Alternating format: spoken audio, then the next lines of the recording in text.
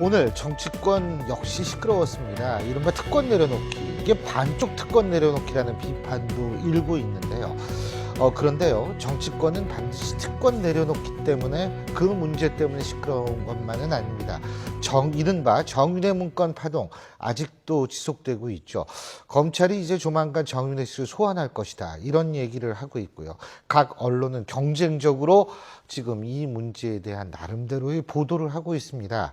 그런데 이 보도가 서로 악의가 안 맞는 경우도 많아서 저를 비롯한 여러분들도 다 헷갈릴 겁니다. 자, 이럴 때 중심을 잡아주시는 분, 바로 시사 멘토 오늘 박찬종 변호사와 함께 하겠습니다. 어서 오십시오. 안녕하십니까.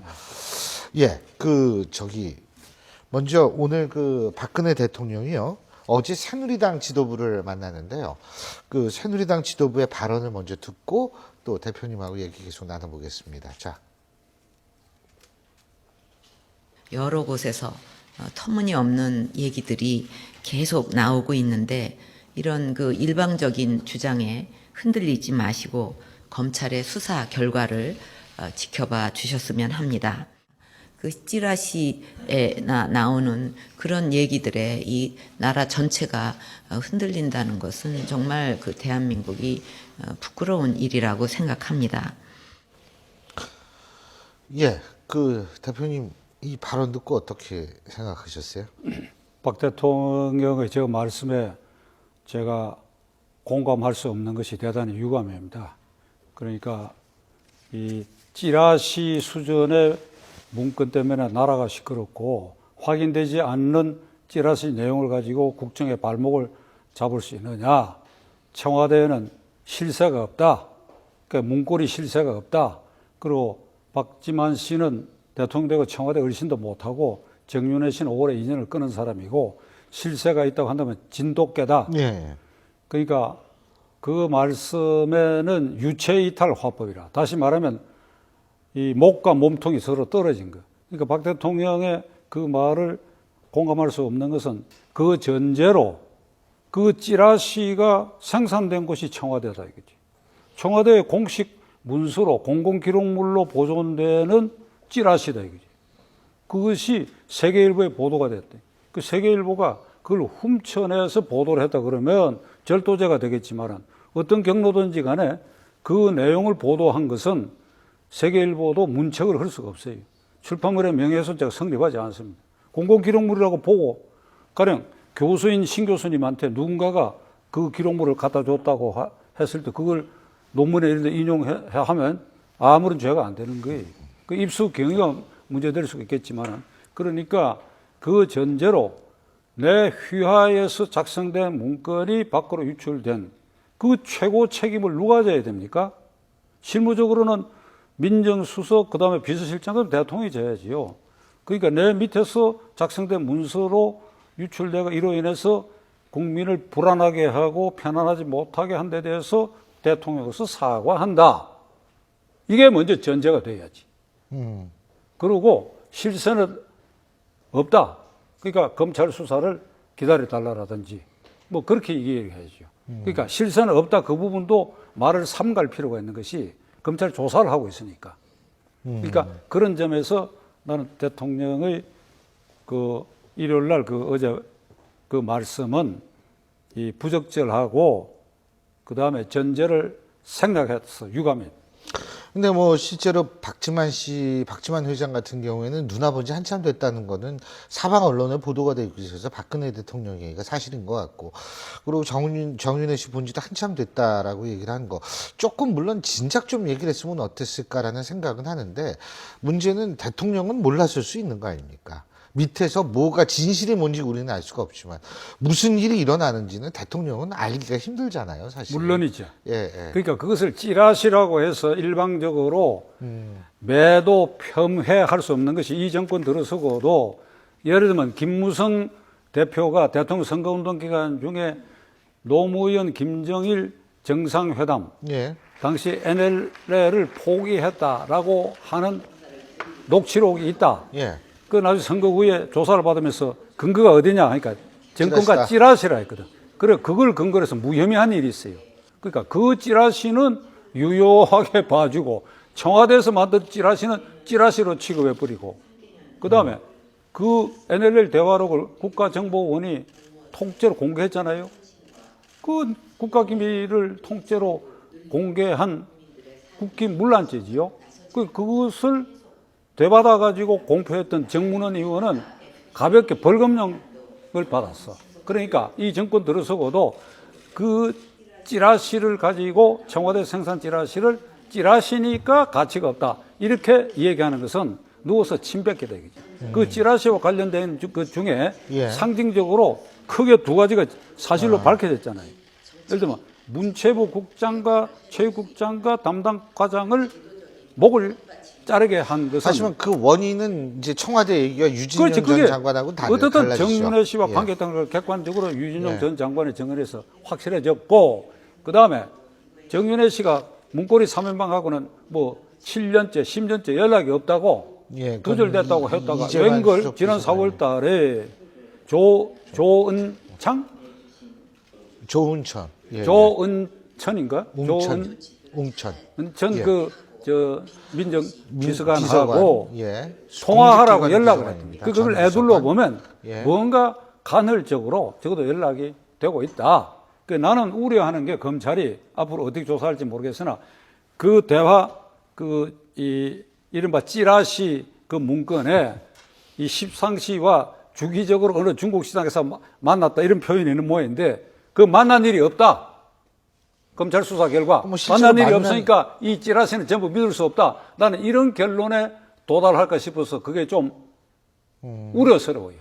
그러니까 만난 일이 없더라도 그러면 10명이 다 만난 일이 없더라도 다른 부분으로 수사를 해야 된다 이렇게 말씀하시는 그렇지. 거죠. 광범위하게 봐야 되겠죠. 우선 징후로서 전혀 연락이 두절돼 있었다고 하는데 안 그렇다는 게 지금 나타났다 이거지. 그러니까 이게 대통령이 올리는 보고서는 일종의 정황을 올리는 겁니다. 그러니까 시중의 풍문도 당연히 그 동향 보고서에 오를 수가 있고, 내가 아는 박정희 대통령, 김영삼 대통령 이래에 그런 걸 다 대통령이 아시게끔 올리는 거예요. 예를 들면 풍문이라도 특정한 공직자가 누구로부터 뇌물을 받고 있다. 예. 그러니까 이런 것을 동향이 좀 보고를 해야 돼요. 예. 근데요, 그 박근영 씨 있잖아요. 박근혜 대통령이 이제 바로 밑에 동생이죠. 박근영 씨 같은 경우에 한 언론과의 인터뷰에서 이런 얘기를 한 모양이에요. 자신도 청탁을 받아본 적이 있다. 이렇게 얘기를 한 모양인데 이 얘기를 100% 신뢰를 한다라는 가정하에서 이렇게 뭐 이게 그러면은 그 측근이라고 불리우는 사람들도 가만두지 않았을 가능성도 있기는 있다. 이렇게 보십니까? 물론입니다. 그건 대한민국의 상식이야. 현재까지의 상식이야. 문민시대 이래에 김영삼, 김대중, 노무현, 이명박까지 오는 사이에 상식이고, 그 내 대통령 당시에 어느 한 대통령의 아주 측근으로 쭉 수행을 했던 사람, 그 대통령 되고도 가까이에서 밀착 수행한 사람을 구체적으로 내가 증언을 들은 바가 있어요. 딱 대통령 당선되니까 그 다음 날부터 사람들이 몰려오더래요. 대기업가, 그 다음에 자리를 원하는 사람들이 자기에게 대쉬해 오더래요. 무서워서 전화도 끊고 사람 일체 만나지 않았다. 그 사람은 끝까지 대통령 잘 모셨고 사법 처리를 안 당했어요. 그러니까 이게 대한민국의 상식입니다. 그러니까 우리는 이게 지나칠 정도거든. 예를 들면 이 평소에 정치 자금을 헌납한다든지 하는 이 통로가 예. 명쾌하고 이게 투명하게 열려 있는 사회가 아니기 때문에 대재벌들이나 돈 가진 사람 또는 자리를 노리는 사람들이 기회를 보고 있다가 나는 사실 저 사람을 지지하는데 하고 엉뚱한 사람이 대통령이 되면 그 순간에 대쉬해서 보험을 들려고 하는 그러한 엄청난 노력들을 하는 것이 이 대한민국의 불문율로 내가 아는 상식이야. 그렇기 때문에 박근영 씨에게 대쉬했다고 한다면 나머지 사람들 더 대쉬했을 가능성이 근데 예를 들면 지금 공직기관 비서관이라든지 이쪽에서요, 민정 쪽에서 이분들의 일거수일투족을 지금 다 미행을 하고 있는 것 같거든요. 그런데도 그 돈을 줄 수가 있어요? 그런 식으로 뭐 청탁을 하거나 아니면 청탁을 받아본 적이 있다고 박근영 씨가 얘기를 하는데, 사실은 뭐냐면 박근영 씨 남편 그 되시는 분이 3,500원짜리 이발소에서 이발을 한다라는 얘기까지 알고 있을 정도면 청탁을 받았다라면 민정에 다 이게 걸리지 않겠어요? 그러니까 이게 앞뒤가 안 맞는 역시 게 신 아닌가 교수님은 강단에만 계셨던 교수신 것 죄송합니다. 아니, 저는 앞뒤가 안 맞는 것 너무 같아요. 순진한데, 아니, 우리 격언에 이게 있잖아요. 10명이 도덕 하나 못 지킨다는 말이 있지 않습니까? 아니, 물불을 가리지 않고 덤벼서 대시에 들어오는데 접선하겠다고 대시 들어오는 사람을 민정이 무슨 손발이 많아가지고, 그 경찰관 풀어서 요소 배치할 수도 있겠지. 뭐 사진도 찍고. 그러니까, 그건 다 뚫리게 돼 있어, 다 뚫리게. 근데 뭐 어쨌든 이거 한번 그러니까 민정수석실이 만능으로 잘 지켜내고 있다. 이거 전제를 대통령께서도 안 하셔야 돼요. 최선을 다해도 다 구멍이 생겨요. 그 민정수석실이 무슨 직무유기를 해서 그런 게 아니라 그만큼 우리 사회가 그런 점에 있어서 농축된 고압 펌프처럼 정권 초기에는 말이지 무서울 정도예요. 내가 오늘 이 자리에 공개된 방송에서 내가 구체적으로 아는 사실을 일일이 검증을 못하는 유감인데 이게 세월이 흐르고 나면 내가 얘기할 거예요. 이게 고압 펌프처럼 막 분출해가지고 새로 권력 잡은 그 주변을 말이지 에워싸서 막 밀고 들어오는 거 지금 내가 말하는 이 순간에도 눈에 훤해요. 훤해요. 아니 낙동강 오래할 땐 나 같은 사람을 누가 찾아옵니까? 쉽게 한번 얘기해 봅시다. 왜 자학하고 그러십니까? 근데요, 지금 어쨌든 민심은 굉장히 흉흉해진 건 사실인 것 같아요. 그래서 지금 청와대 국민의 동료가 좀 있는 것 같은데 청와대가 어떻게 민심을 수습해야 된다고 보십니까? 지금 이제 그래픽이 저희가 나올 텐데 지금 이걸 보시면은요, 지금 저쪽에 그래픽 떠 있는 거 보이시죠? 저걸 보면은 이 앞에도 여기 나와 있는데요. 62.7%가 국정농단 사건으로 중요한 문제라고 생각한다. 이건데, 그리고 대통령의 지지율도 좀 차이가 나고요. 이거 어떻게 수습해야 된다고 보십니까? 글쎄, 박 대통령이 우선 기본적 자세가 이 단계에서 이거 내 탓이다. 이렇게 생각할 수 있느냐 하는 것이 문제입니다. 그렇게 생각을 안 갖는다면, 그래서 100마디 얘기해봐야 소용이 없고, 행여 그런 생각을 만약 하시게 된다면, 난 두 가지를 건의하려고 해요. 기본적으로는 이게 내 탓이다. 아까 말씀드린 것처럼 그 문건 생산, 찌라시 문건 생산된 곳이 청와대다. 그 최고 책임자가 대통령 자신이다. 그것이 흘러나가서, 그리고 여러 징후에 그 내용에 타당성이 있어 보이는 징후들이 다 나타나서 저런 여론조사가 나오고 절대 탓할 수가 없어요. 그러니까 그건 이 오래된 우리 정치 문화에서 국민들이 저렇게 느끼는 건 난 당연하다고 생각합니다. 그러니까 일단 내 탓이다. 이렇게 생각한다면 두 가지 조치를 해야 돼요. 우선 문고리 3인방과 김기춘 비서실장은 물러나게 해야 돼요. 즉각 물러나게 해야 돼요. 그러니까 어제 완전히 신임을 한번 주었거든. 그러면 이 사람들이 물러나야 돼요. 알아서 물러나줘야 되는데, 알아서 물러나줘야 되는데, 우리는 그 수준에 이르지를 못하는 것 같아, 이 사람들이. 그러니까, 물러나지 않는다면 대통령이 불러서 좀 서달라고. 네. 그러니까 이게 먼지가 너무 묻어, 이 사람들. 그리고 이 사람들이 앞으로 피의자로 조사받을 가능성도 높기 때문에 그 자리에 있어가지고 대통령이 국정에 전점할 수 그러니까 인적 쇄신이 먼저다. 그러니까 인사를 그렇게 쇄신하고 그 다음에 대통령이 왜 이런 음습한 얘기들이 나왔냐. 그러니까 암투, 배신, 그러니까 비선, 비밀스러운 선이 있다. 왜 이 얘기가 나오냐. 그러니까 청와대를 밝게 해야 돼. 밝게 공개를 해야 돼. 우선 대통령이 수석 비서관과 장관들 독대를 거의 안 했다. 굉장히 국민이 불안하게 하는 요소예요. 독대를 광범위하게 하라. 그 다음에 기자회견을 자주 하라. 뭘 머뭇거리는 얘기야. 담임 대통령이 뭘 머뭇거립니까? 그리고 내가 잘못이 있다, 과하고 있다. 이걸 인정하는 것을 자기 권위의 상실로 생각할 필요가 없어요. 그렇게 해서 오히려 권위를 세웠어요. 사람인데 국민 양해한다고. 그 다음에 기자회견 자주 해야 되고 그 다음에 광범위하게 여야 국회의원들 각계 인사, 박찬종 빼고 이런 방송인 교수들 많이 불러 모아가 점심, 저녁, 짜투리 커피 타임에 이런데 만나서 의견을 들으면 청와대가 밝아지면 문고리들이 거기에 들어갈 틈새가 없어진다 이거지.